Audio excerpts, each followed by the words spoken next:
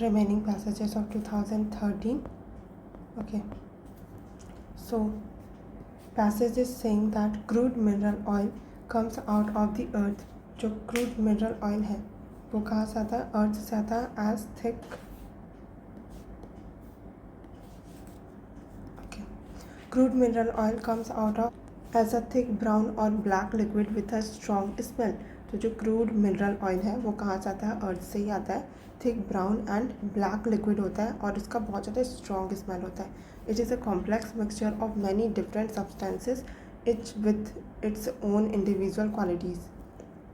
तो ये क्या होता है? कॉम्प्लेक्स मिक्सचर है ऑफ मैनी डिफरेंट सब्सटेंसेस का और हर एक with individual qualities. Most of them are combination of the hydrogen and carbon in varying proportions.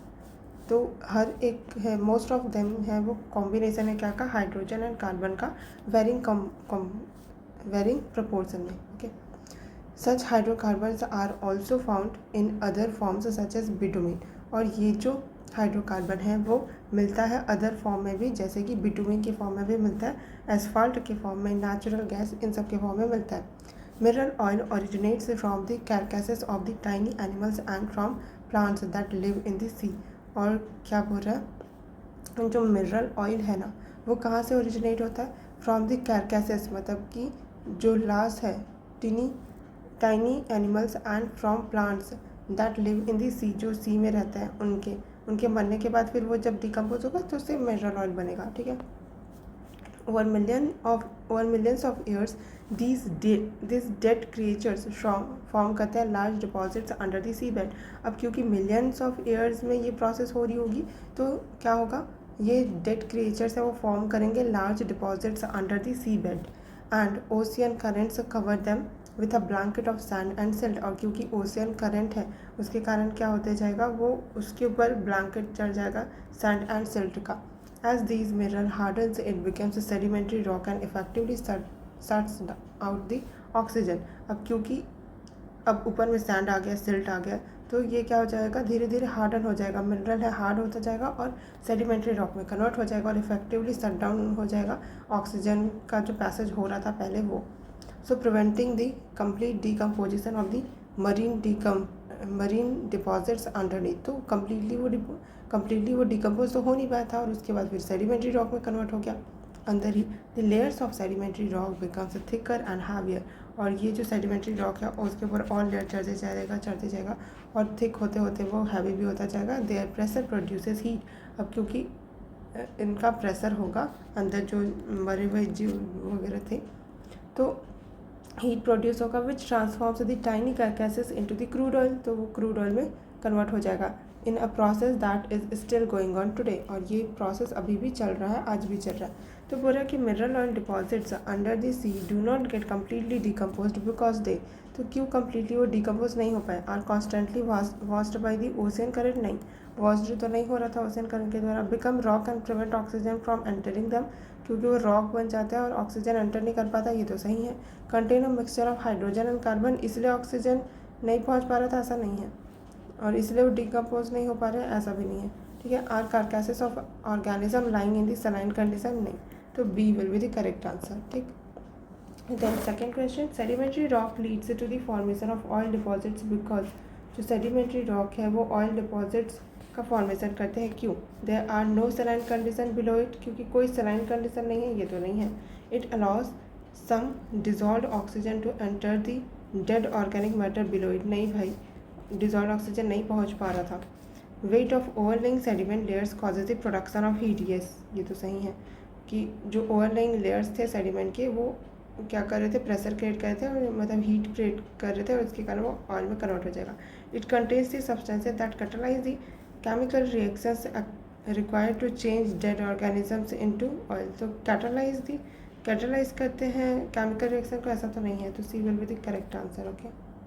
Then next passage, the law in many parts of the world increasingly restricts the discharge of agricultural slurry into the water course. जो law है बहुत सारे parts of the world के कई part में जो law है वो इंक्रीजिंगली क्या करते हैं? रिस्ट्रिक्ट करते हैं कि जो डिस्चार्ज है एग्रीकल्चर स्लरी का इनटू द वाटर कोर्स, कि जो एग्रीकल्चर स्लरी है वो वाटर कोर्स में जाके ना मिले. The simplest and often the most economically sound practice returns the material to the land as semi-solid manure or as sprayed slurry. और जो सबसे सिंपलेस्ट है और अक्सर हमको मोस्ट इकोनॉमिकली साउंड प्रैक्टिस भी लगता है वो क्या है कि रिटर्न करना जो मटेरियल हमने लैंड से लिया है या तो सेमी सॉलिड में या फिर मैन्योर फॉर्म में और एज स्प्रेड स्लरी, ठीक है, तो वापस रिटर्न कर देना जो मटेरियल हमने लैंड से लिया है, ठीक है, ये साउंड प्रैक्टिस है. This dilutes the concentration in the environment to what might have occurred in a more primitive and sustainable type of agriculture and converts pollutant into fertilizer. अब ये चीज़ डाइल्यूट कर देती है जो कंसनट्रेशन है इन्वायरमेंट में to what might have occurred कि क्या हो सकता था in a more primitive and sustainable type of agriculture में, और ये कन्वर्ट कर देगा पॉल्यूटेंट को फर्टिलाइजर में. Soil micro organism decompose the organic components of the sewage and slurry and most of the mineral nutrients become available to the absorbed again by the vegetation, ठीक है. तो जो सॉइल में जो माइक्रो ऑर्गेनिज्म होते हैं वो डीकम्पोज कर देते हैं जो भी ऑर्गेनिक कंपोनेंट्स हैं उनको. किसके ऑर्गेनिक कंपोनेंट को? सीवेज के एंड स्लरी के. और मोस्ट ऑफ जो मिनरल न्यूट्रिएंट्स थे वो वापस से अवेलेबल हो जाते हैं, अब्जॉर्ब हो जाते हैं वेजिटेशन के लिए, अवेलेबल होते हैं अब्जॉर्ब करने के लिए वेजिटेशन के. The excess input of nutrients both nitrogen and phosphorus, जो एक्सेस इनपुट है nutrients का, the access input of nutrients both nitrogen and phosphorus based from agricultural runoff and human sewage has caused many healthy oligotrophic lakes, low nutrient concentration, low plant productivity with abundant water weeds and clear water to change to eutrophic condition where high nutrient inputs lead to high phytoplankton productivity, sometimes dominated by the bloom forming toxic species. तो क्या बोल रहा है, जो जब access input हो जाता है ना न्यूट्रिएंट्स का, चाहे वो क्या हो, नाइट्रोजन हो या फॉस्फोरस हो, बेस करते हैं ये form of the agriculture run of. तो एग्रीकल्चर रन ऑफ में नाइट्रोजन फॉस्फोरस तो देखने को मिलता ही है, और जब हम बहुत ज़्यादा एक्सेस इनपुट डाल देते हैं, इनपुट में मतलब फर्टिलाइज़र वगैरह ज़्यादा यूज़ कर देते हैं, तो ये सब क्या होगा, एग्रीकल्चर रन ऑफ के थ्रू मतलब ह्यूमन सीवेज में भी मिल जाएगा एंड कॉज करेगा बहुत सारे हेल्दी ओलिगोट्रॉफिक लेक्स, कॉज करेगा कि मतलब हेल्दी ओलिगोट्रॉफिक लेक थे वो कन्वर्ट हो जाएंगे क्या में, यूट्रोफिक कंडीशन में, राइट. तो यहाँ पर तो क्या था, लो न्यूट्रिएंट कंसंट्रेशन था और यहाँ पर लो न्यूट्रिएंट थे, तो फिर लो प्लांट प्रोडक्टिविटी थी एंड अबंडेंट वाटर वीड्स थे और क्लियर वाटर था. लेकिन यहाँ पे न्यूट्रिएंट्स ज़्यादा अवेलेबल होंगे तो यहाँ पे एल्गल ब्लूम वाला कंडीशन हो जाएगा और फिर उसके बाद फिर ऑक्सीजन कम हो जाएगा एंड क्या बोलते हैं डोमिनेटेड बाय द ब्लूम, फिर फॉर्मिंग दी टॉक्सिक स्पीसीज भी बन जाएगी. तो ये क्या करेगा, this makes the water turbid. तो वाटर है वो प्योर नहीं रहेगा, टर्बिड हो जाएगा. Eliminates the large plants and in the worst situation leads to the anoxia and फिस्किल्स.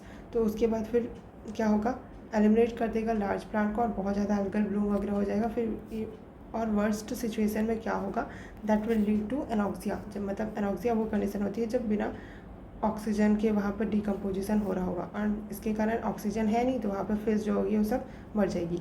So called cultural eutrophication बोलते हैं इसको.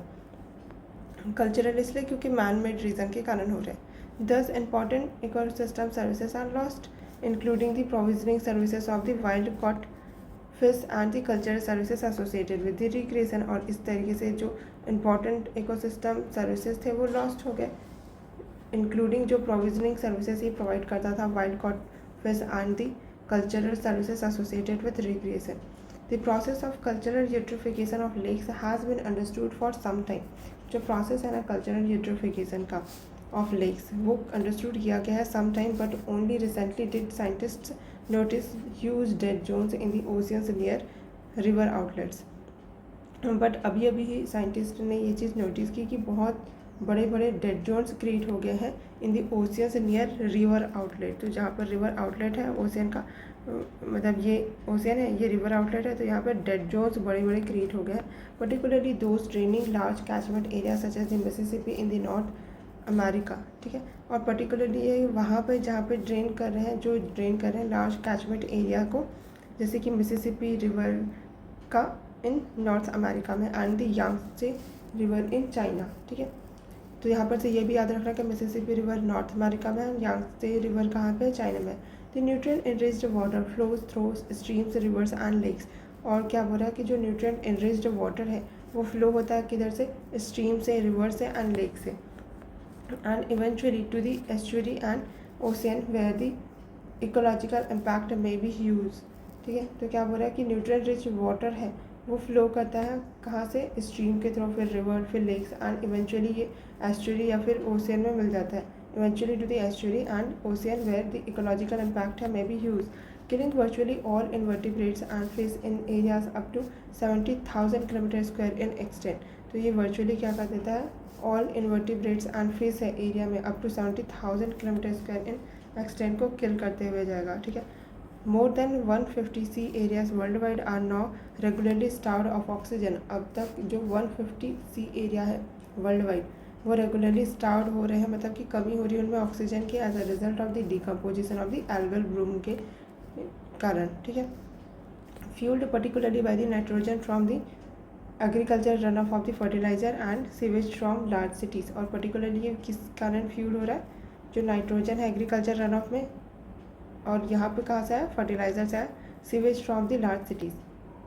Oceanic dead zones are typically associated with the industrialized nations and usually lie off countries that subsidize their agriculture, encouraging farmers to increase productivity and use more fertilizer, right। तो oceanic dead zone है वो typically associated होते हैं industrialised nation से, and usually lie of करते हैं उन countries को जो सब्सिडाइज करते हैं एग्रीकल्चर को और इनकरेज करते हैं फार्मर्स को कि वो अपनी प्रोडक्टिविटी इंक्रीज़ करें, यूज़ करें मोर फर्टिलाइज़र। तो ये जो oceanic dead zone typically associated होता है इंडस्ट्रियलाइज्ड नेशन के साथ। ठीक है, तो according to the passage why should the discharge of the agriculture slurry into water course be restricted. क्यों रिस्ट्रिक्ट करना चाहिए एग्रीकल्चर स्लरी का डिस्चार्ज वाटर कोर्स में।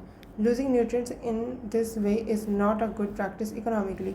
न्यूट्रिएंट्स है उनको इस तरीके से लूज़ करना गुड प्रैक्टिस नहीं है इकोनॉमिकली, इसलिए हमको एग्रीकल्चर स्लरी है उसको वाटर कोर्स में रिस्ट्रिक्ट करना चाहिए बोल रहा है। Then second, water course do not contain the micro organism. Water course में माइक्रो ऑर्गेनिज्म नहीं है बोल रहा है, that can decompose organic components of the agriculture slurry. ये तो बात सही नहीं है, ऐसा तो नहीं बोला था पैसेज में, और वैसे भी लॉजिकली भी हमको पता है कैसे कैसे माइक्रो ऑर्गेनिज्म नहीं होंगे। The discharge may lead to eutrophication of water bodies. Yes, तो थर्ड तो सही है ही और फर्स्ट भी सही होना ही पड़ेगा क्योंकि यही ऑप्शन है जहाँ पे 1 और 3 सही होगा। तो लूज़ करना न्यूट्रिएंट इस तरीके से गुड प्रैक्टिस नहीं है इकोनॉमिकली। सही बात भी है कि फर्टिलाइज़र को हमने ऐसा न्यूट्रिएंट लूज़ करने के लिए थोड़ी बनाया है, यूटिलाइज करने के लिए बनाया है। Then next question, the passage refers to the conversion to the conversion of the pollutant to the fertiliser.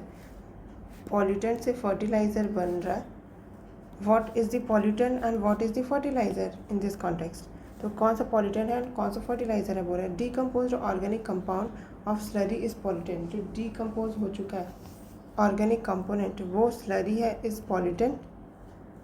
तो डीकम्पोज्ड वाला जो ऑर्गेनिक कंपोनेंट है वो स्लरी का काम कर रहा है बोल रहा है वो पॉल्यूटेंट है। And micro organism in the soil constitute fertiliser. नहीं, ये तो नहीं है, माइक्रो ऑर्गेनिज्म कैसे सॉइल का फर्टिलाइज़र बन जाएगा। Discharge agriculture slurry is pollutant and decomposed slurry soil is fertiliser.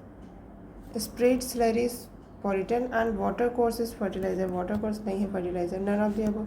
तो B will be the correct answer. वैसे भी यहाँ पे क्या बोल रहा है कि जो डिस्चार्ज एग्रीकल्चर स्लरी है, जो डिस्चार्ज किया हमने एग्रीकल्चर स्लरी वो पॉल्यूटेंट था, ठीक है, एंड उसके बाद जब वो डिकम्पोज हो जाएगा तो वापस से वो अवेलेबल हो जाएगा प्लांट के लिए लेने के लिए, तो वो सॉइल के लिए फर्टिलाइजर का काम करेगा। Then next question, according to the passage what are the effects of indiscriminate use of fertiliser. क्या इफ़ेक्ट होगा इनडिस्क्रिमिनेट अगर हम यूज़ करते हैं फर्टिलाइज़र को। तो addition of pollutants to the soil and water. हाँ, पॉल्यूटेंट्स है वो सॉइल एंड वाटर में एंटर कर जाएंगे अगर इनडिस्क्रिमिनेट तरीके से फर्टिलाइज़र यूज़ करेंगे तो। Then second, destruction of decomposer micro organism in the soil. Destruction हो जाएगा जो डीकम्पोजिशन करने वाले माइक्रो ऑर्गेनिज्म हैं उनका, ऐसा तो नहीं होता है। Nutrient enrichment of water bodies, तो इनडिस्क्रिमिनेट यूज़ करेंगे फर्टिलाइज़र का तो हाँ न्यूट्रिएंट एनरिचमेंट हो सकता है जो वाटर बॉडीज़ है उनका, तभी तो यूट्रोफिकेशन होगा। Then creation of algal bloom, ये भी हो सकता है। 1, 3, 4 would be the correct answer, right. Second नहीं होगा, क्योंकि जो फर्टिलाइज़र का अगर सही से यूज़ नहीं करेंगे तो जो डिकम्पोज करने वाले माइक्रो ऑर्गेनिज्म है वो डिस्ट्रक्शन हो जाएगा, ऐसा तो नहीं हो सकता ना, क्योंकि वो डिपेंडेंट नहीं है फर्टिलाइज़र के यूज़ पे। Then next question, what is or are characteristic of the water body with cultural eutrophication. तो क्या कैरेक्टरिस्टिक होगी वाटर बॉडी का अगर कल्चरल यूट्रिफिकेशन उसमें हुआ है? तो loss of ecosystem services, loss of flora and fauna, loss of mineral nutrients. तो देखते हैं, अगर कल्चरल यूट्रोफिकेशन हुआ है वहाँ पर तो इकोसिस्टम सर्विसेज है वो तो ख़त्म हो जाएगी, क्योंकि फिश है वो सब डेड हो जाएंगी, तो उसका इकोसिस्टम सर्विसेज तो रिड्यूस हो जाएगा।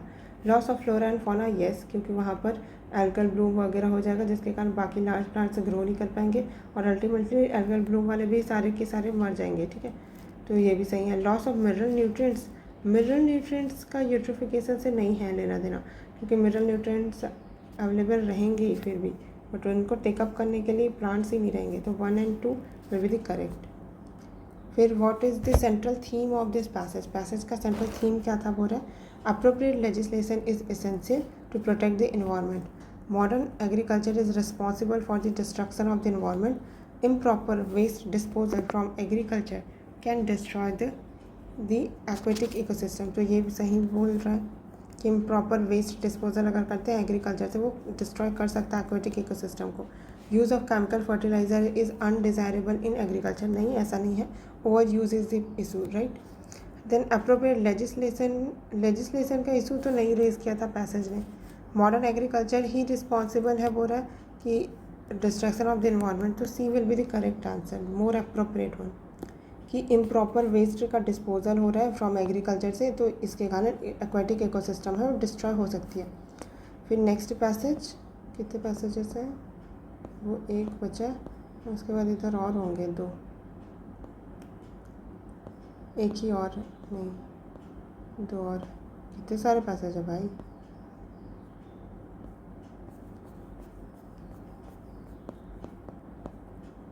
Okay, the miseries of the world can not be cured by the physical help only. जो माइजरीज है वर्ल्ड की उसको हम क्योर नहीं कर सकते सिर्फ फिजिकल हेल्प से, अनटिल मैन्स नेचर चेंजेस, जब तक कि मैन का खुद का स्वभाव चेंज नहीं हो जाता।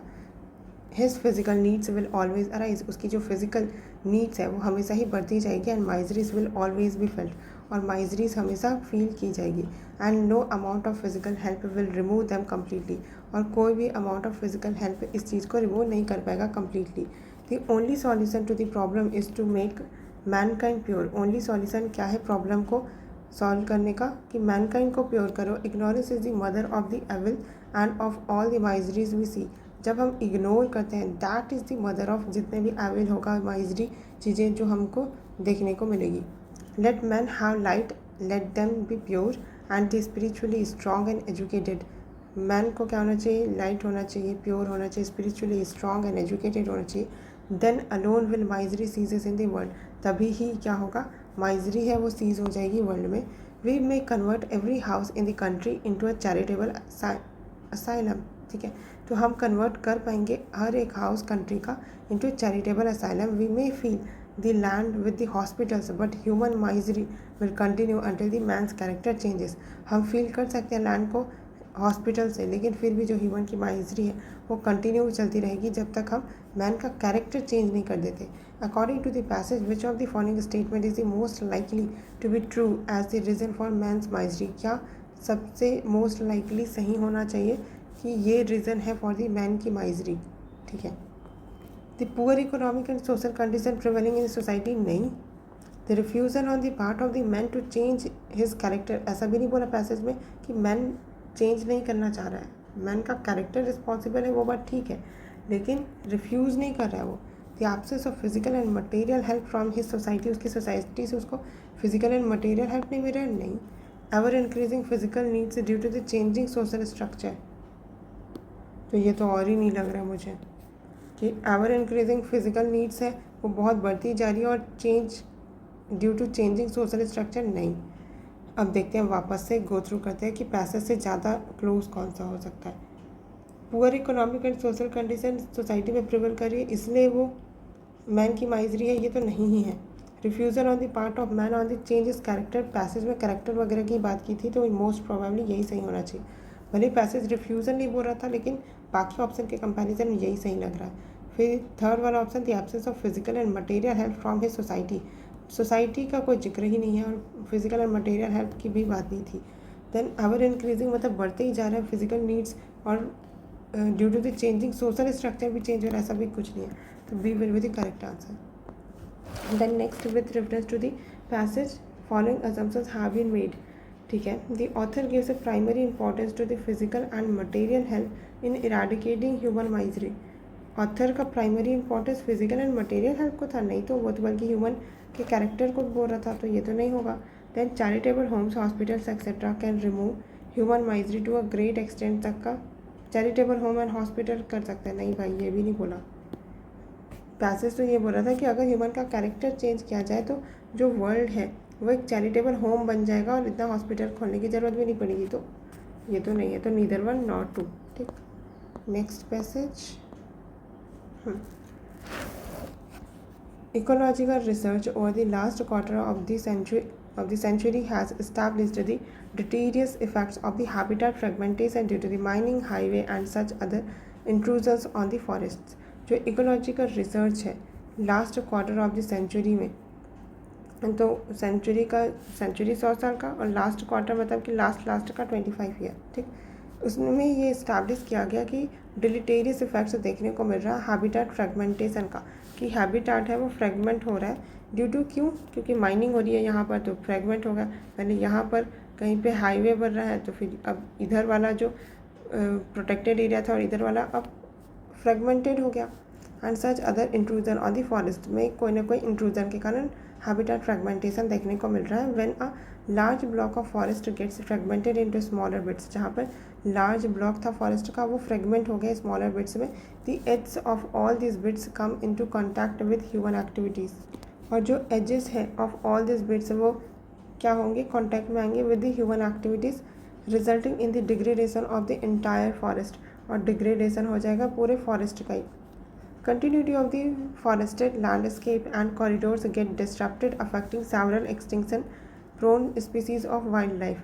तो जब हम क्या करते हैं, कंटिन्यूटी जब होगी ऑफ फॉरेस्टेड लैंडस्केप की, तो continuity of the forested landscape and corridors get disrupted, जो कंटिन्यूटी है फॉरेस्टेड लैंडस्केप की और जो कॉरिडोर है वो डिस्टर्ब हो जाएगी, अफेक्ट करेगी सेवरल एक्सटिंक्शन प्रोन स्पीसीज़ को ऑफ वाइल्ड लाइफ। और जो एक्सटिंक्शन होने वाले थे उनको बहुत ज़्यादा थ्रेट पहुंचेगा उन स्पीसीज़ ऑफ वाइल्ड लाइफ को। Habitat fragmentation is therefore considered as a more serious threat to the biodiversity conservation. जो हैबिटेट है उनका फ्रेगमेंटेशन, इसलिए उनको कंसिडर किया जाता है कि मोस्ट सीरियस थ्रेट है बायोडाइवर्सिटी की को कंजर्व करने में। Ad hoc grants of the forest lands to mining companies coupled with rampant illegal mining is aggravating this threat. और जब एड हॉक ग्रांट दे दिया जाता है, टेम्प्रेरी ग्रांट दे दिया जाता है फॉरेस्ट लैंड में कि तुम माइनिंग कर सकते हो माइनिंग कंपनीज़ को, तो ये कपल्ड रहता है विद रैम्पेंट इलीगल माइनिंग होती है, और क्या होते हैं इसके कारण ये थ्रेट और बढ़ जाता है। What is the central focus क्या है पैसेज का, illegal mining in the forest नहीं, एक्सटेंशन ऑफ वाइल्ड लाइफ नहीं, कंजर्वेशन ऑफ द नेचर नहीं, डिस्ट्रप्शन ऑफ द हैबिटेट, क्योंकि हैबिटेट फ्रेगमेंटेशन हो रहा है तो हैबिटेट डिस्टर्ब हो रहा है जिसके कारण एक्सटिंक्शन ऑफ वाइल्ड लाइफ हो रहा है, और illegal mining of the forest के कारण एक्सटिंक्शन ऑफ ये हो रहा है एंड डिस्ट्रप्शन ऑफ हैबिटेट हो रहा है, right. Then next question, that is what is the purpose of maintaining the continuity of the forested landscape.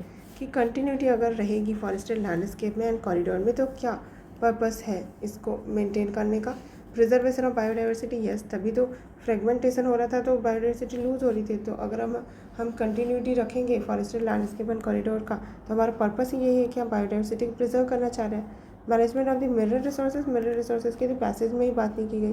Grant of forest lands for human activities, forest land को human activity के लिए देने के लिए हम फॉरेस्ट लैंडस्केप को continue रख रहे हैं, नहीं, तो one only will be the correct, right.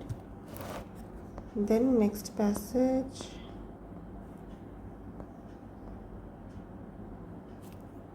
तो रीड करते हैं passage. 7-year-old Jim came home from the park without his new without his new bicycle. An old man and a little boy borrowed it. एक 7-year-old का gym है, वो घर आया park से और बिना अपनी नई बाईसाइकिल के. An old man and a little boy borrowed it. He explained they are going to bring it back at 4 o'clock. और उसने एक्सप्लेन किया कि वो 4 बजे जब वो आएगा, going to bring it back at 4 o'clock को लेके आएगा. His parents were upset that he had given his expensive new bicycle but were secretly proud of his kindness and faith. तो वो जो तो उनके जो पेरेंट्स थे वो क्या थे, अपसेट थे कि उसने अपना एक्सपेंसिव न्यू बाईसाइकिल है वो दे दिया, बट सीक्रेटली वो प्राउड भी थे इस बात से कि वो काइंड है, फेथ है. ठीक है. फिर केम 4 o'clock, नो बाईसाइकिल. 4 बज गए लेकिन कोई बाईसाइकिल आया नहीं. The parents were anxious but at 4:30 the door bell ring and there stood a happy man and a boy with the bicycle and a box of chocolates. तो उसके बाद फिर 4:30 हो गए, डोर बेल रैंग होगी and उसके बाद फिर एक हैप्पी मैन एंड एक बॉय खड़ा रहेगा और बाईसाइकिल के साथ and box of chocolates. Jim suddenly disappeared into his bedroom. और जो जिम है वो सडनली डिसअपियर हो जाएगा अपने बेडरूम से and then came running out और बाहर आएगा. All right he said after examining the bicycle, you can have your watch back. और उसने बोला कि तुम अपने घड़ी वापस ले सकते हो. When Jim came home without his bicycle, his parents were angry with him, नहीं. Were worried, did not feel concern, ये तो नहीं था. Were eager to meet the old man and little one, नहीं. तो वरीड. ठीक है. Jim return the watch to the old man and little boy because, क्यों, दे गेव हिम चॉकलेट दिया था इसलिए उसने घड़ी को रिटर्न किया, तो ये तो नहीं लगता. His father was proud of him, नहीं. He was satisfied with the condition of his bicycle, they were late only by, C will be the correct answer. Then next passage. It was already late when we set out for the next town. ये बहुत late हो चुका था. When we set out for the next town, which according to the map was about 15 kilometers away on the other side of the hills. ये already बहुत late हो चुका था जब हम सेट आउट किए थे for the next town, which according to the map was about 15 kilometre away. तो मैप में तो 15 किलोमीटर अवे दिखा रहा था from the other side of the hill. There we felt that we would find a bed for the night. तो ये बहुत देर हो चुकी थी जब हम बाहर निकले थे नेक्स्ट टाउन के लिए, और अकॉर्डिंग टू मैप 15 किलोमीटर बचा हुआ था other side of the hill. तो there we felt we would find a bed. तो हमको उस समय पर ऐसा महसूस हो रहा था कि हमको एक बेड मिल जाए फॉर द नाइट के लिए, रात के लिए. Darkness fell soon after we left the village. Darkness है वो बहुत ज़्यादा हो गई जैसे हमने विलेज छोड़ा. But luckily we met no one as we drove swiftly along the narrow winding road that led to the hills. तो लकीली हमको कोई मिला नहीं जब हम नैरो वो वाइंडिंग रोड से जा रहे थे that led to the hills. As we climbed higher, जैसे जैसे हम हायर क्लाइंब कर रहे थे, it became colder and rain began to fall. और ठंड बढ़ गई और रेनफॉल भी होने लगी, making it difficult at times to see the road. और कभी कभी बहुत डिफ़िकल्ट हो जाता था, रोड नहीं देख पाते थे. I asked John my companion to drive more slowly. कि फिर मैंने अपने कंपेनियन जो जॉन है उनको बोला कि थोड़ा स्लो ड्राइव करो. After we had travelled for about 20 kilometre, जब हमने ट्रैवल कर लिया, there was still no sign of the town. पर कोई टाउन का साइन मिल ही नहीं रहा था, which was marked on the map. We were beginning to get worried. हम क्या होने लगे, वरी होना शुरू हो गए. फिर then without warning the car stopped and we found we had run out of petrol. और बिना वार्निंग के ही कार स्टॉप हो गई और हमने पाया कि हमारा जो कार है वो पेट्रोल ख़त्म हो गया उस कार का. The author asked John to drive more slowly because the road led to the hills. क्योंकि रोड है वो हिल को लीड कर रही थी. जॉन वॉज इनएक्सपीरियंस्ड ड्राइवर था, ऐसा तो नहीं बोला. The road was not clearly visible, ये भी पॉसिबिलिटी है. दे वर इन वाइल्डरनेस, ये भी नहीं है. तो सी और ए दोनों ही सही हो सकते हैं. बट क्योंकि पैसेज में बताया कि रोड क्लियरली विजिबल नहीं था एट टाइम्स, तो इसलिए क्योंकि हिल से को लीड कर रहा है इसलिए स्लो करना नॉट मतलब लॉजिकल है, लेकिन बहुत ज़्यादा नहीं, क्योंकि सी ज़्यादा अप्रोप्रिएट है. कि रोड नहीं दिख रहा था इसलिए स्लो ड्राइव करो, ठीक है। Then travellers set out for the town although it was getting dark, because अंधेरा हो गया था फिर भी वो क्या ट्रैवलर्स है वो सेट आउट कर रहे थे फॉर द टाउन। क्यों? दे वर इन दी हरी, ये तो नहीं है। The next town was short distance away and was a hill resort, नहीं। They were in wilderness, the next town was a short distance away and promised a good rest for the night. इसमें क्या हो सकता है? दे were in wilderness भी नहीं होगा। The next town was a short distance away, थोड़ी दूर था, and promised a good rest for the night. तो अब यही होना पड़ेगा क्योंकि हरी में थे, ऐसा तो नहीं दिखा रहा था, स्लो ड्राइव कर रहे हैं। तो next town was short distance away, थोड़ी ही दूर था, एंड हिल रिजॉर्ट था, रिजॉर्ट के बारे में तो कोई बात ही नहीं हुई। वाइल्डरनेस में थे तो ये भी नहीं था, तो डी ही होना चाहिए फिर तो। The travellers were worried after the 20 kilometre के बाद वो वरी हो गए। क्यों? It was lonely countryside, then they probably feared of having lost their way. The rain began to fall. It was getting colder as they drove. तो वो worry थे 20 kilometre के बाद, क्योंकि कंट्री वो लॉन्ली साइड था, ये तो नहीं था। रेन बिगेन हो गया था इसलिए थोड़ी वरी हो जाएंगे। इट वॉज गेटिंग कोल्डर, नहीं। They probably fear having lost their way, क्योंकि उनको शायद ये डर था कि वो शायद रास्ता भूल चुके हैं। फिर देखते हैं इस पे next passage. Okay, a stout old lady was walking with her basket down the middle of a street in Petrograd to the great confusion of the traffic and no small peril to herself। एक stout lady, old lady थी जो कि walk कर रही थी with her basket down, अपने basket को नीचे रख के, मिडिल ऑफ द स्ट्रीट में, in Petrograd to the great confusion के साथ of the traffic and no small peril to herself. It was pointed out to her that the pavement was the place for foot passenger. और उसकी तरफ pointed out किया गया कि ये जो पेमेंट है वॉज द प्लेस, ये फुट पैसेंजर के लिए है। But she replied, I am going to walk where I like, कि मुझे जहाँ चलने का मन करेगा वहाँ मैं चलूँगी। We have got liberty now, हमको लिबर्टी मिल चुकी है। It did not occur to the dear lady, it did not occur to the dear lady that if liberty entitled the foot passenger to walk down the middle of the road, it also entitled the taxi driver to drive on the pavement। तो क्या बता रहा है कि ये it did not occur to dear lady कि उसके पास liberty अगर है, अगर वो ये बोल रही है कि उसके पास लिबर्टी है कि फुट पैसेंजर है वो कहीं भी वॉक कर सकते हैं the middle of the road, तब तो टैक्सी ड्राइवर भी ये बोल सकता है कि मैं भी पेमेंट में ड्राइव कर सकता हूँ। And that the end of such liberty, तो फिर अब लिबर्टी है तो वहीं ख़त्म हो गई। वुड बी यूनिवर्सल क्योस, तब तो यूनिवर्सली क्योटिक हो जाएगी। Everything would be getting in everybody else way and nobody would get anywhere. तो हर कोई क्या करेगा, कहीं ना कहीं, मतलब कि एवरीबडी एल्स वे दूसरे के रास्ते में आ जाएगा और कोई कहीं नहीं पहुंच पाएगा। Individual liberty would have become social anarchy, और यहाँ पे इंडिविजुअल लिबर्टी क्या बन गई? सोशल अनार्की बन गई।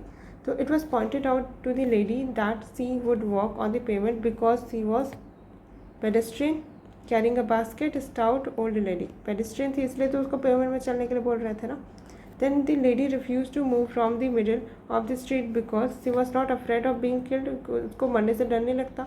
सी felt that she is entitled to whatever she like, हाँ ये तो सही है, तभी तो लिबर्टी की बात करी थी वो। She did not like walking on the pavement में चलना उसको पसंद नहीं है, बोल रहा है। सी वॉज कन्फ्यूज नहीं थी, तो she felt that she is entitled to do whatever she liked, ठीक है।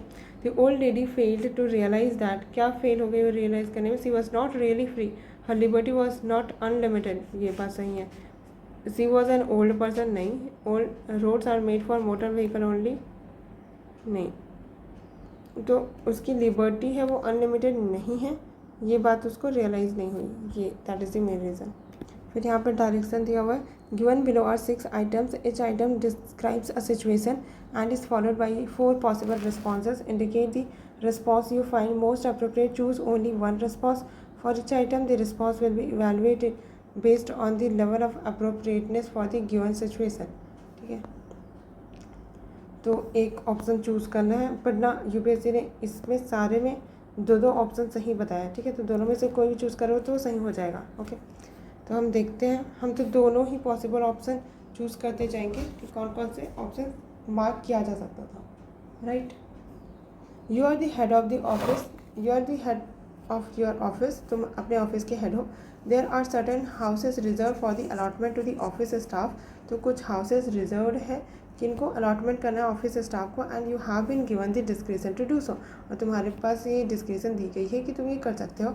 अ set of rules for the allotment of these houses have been laid down by you, तो सेट ऑफ रूल्स तुमने बनाए कि कैसे कैसे अलॉटमेंट करना है. And has been made public, और तुमने इसको पब्लिक भी कर दिया. Your personal secretary who is very close to you comes to you and pleads that as his that as his father is seriously ill, कि उसके जो पिताजी है वो सीरियसली बहुत ज़्यादा बीमार है.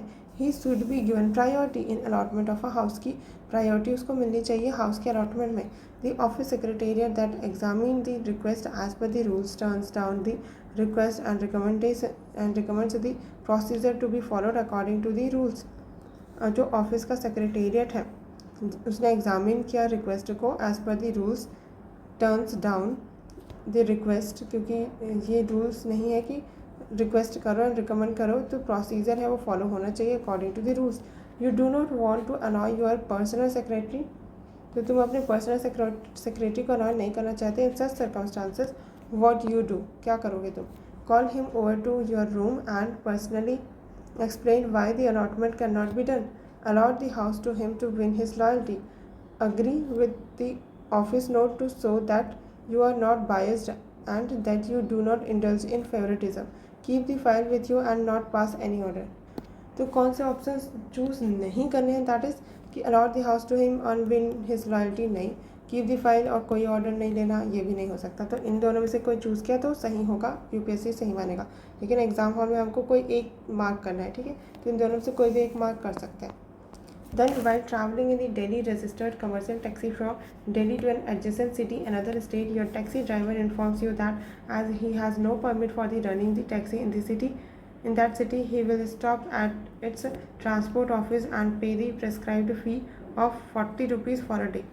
तो जब तुम ट्रैवल कर रहे थे दिल्ली रजिस्टर्ड कमर्शियल टैक्सी में दिल्ली से एक एडजेसेंट सिटी में, तो तुम्हारे टैक्सी ड्राइवर ने तुम्हें इन्फॉर्म किया कि उसके पास परमिट नहीं है टैक्सी चलाने का उस सिटी में, तो वो स्टॉप हो जाएगा ट्रांसपोर्ट ऑफिस में और पे कर देगा जो भी prescribed and pay the prescribed fee for a day.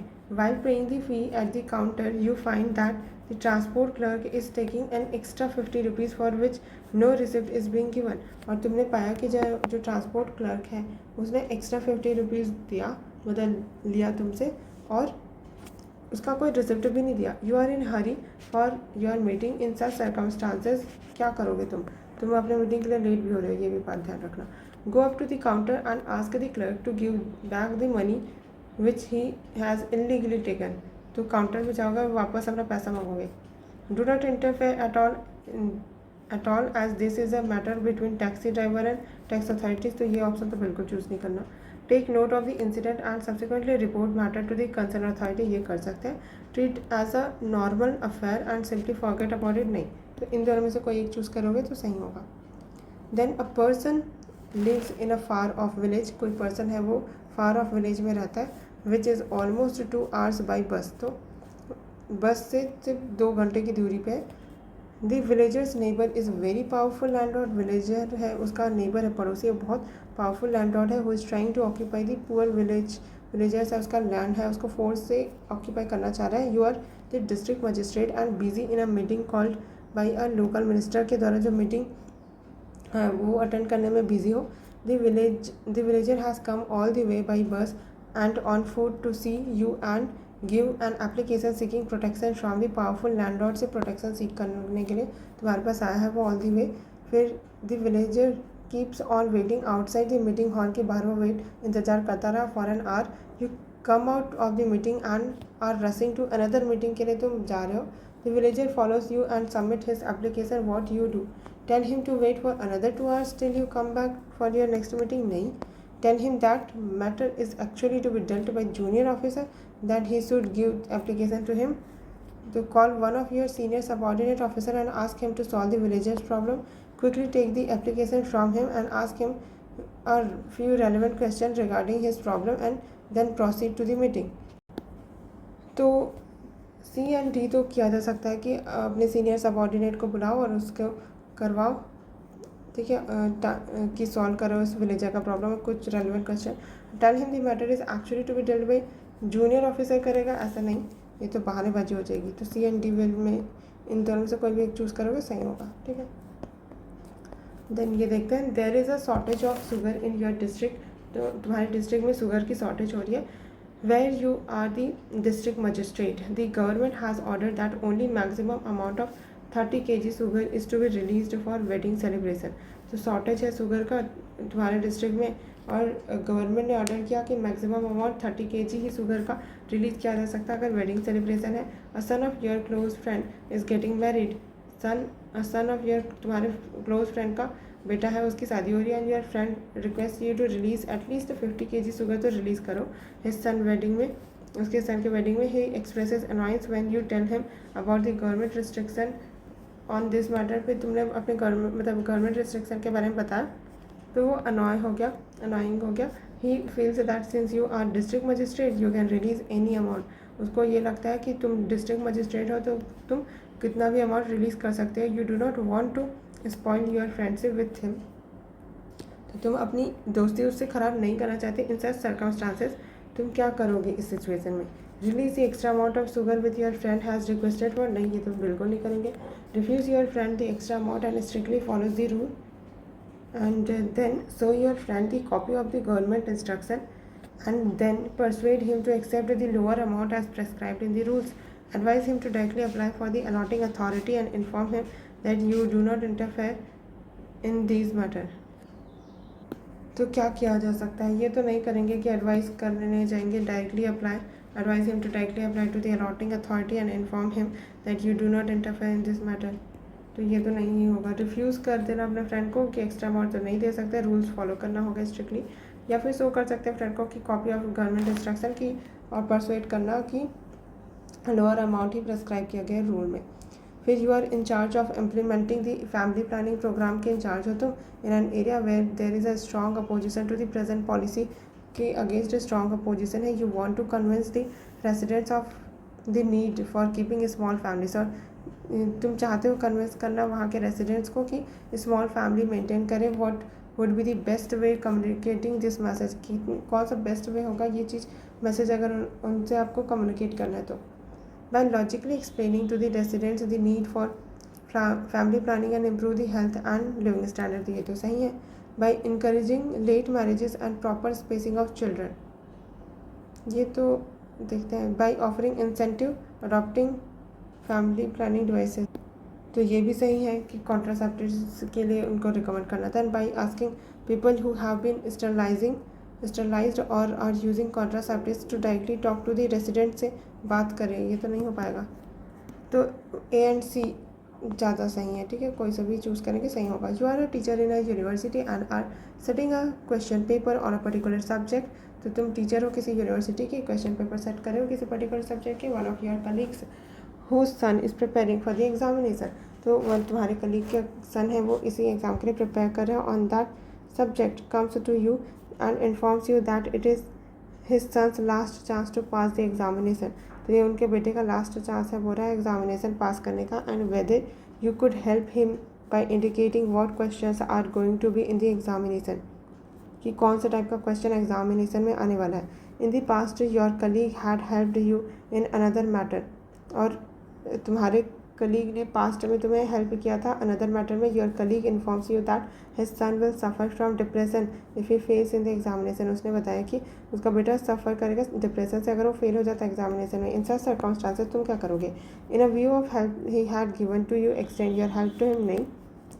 Regret that you can not be of any help to him, ये भी नहीं। फिर explain your colleague that this would be violating the trust of the university authority and you are not in position to help him, yes.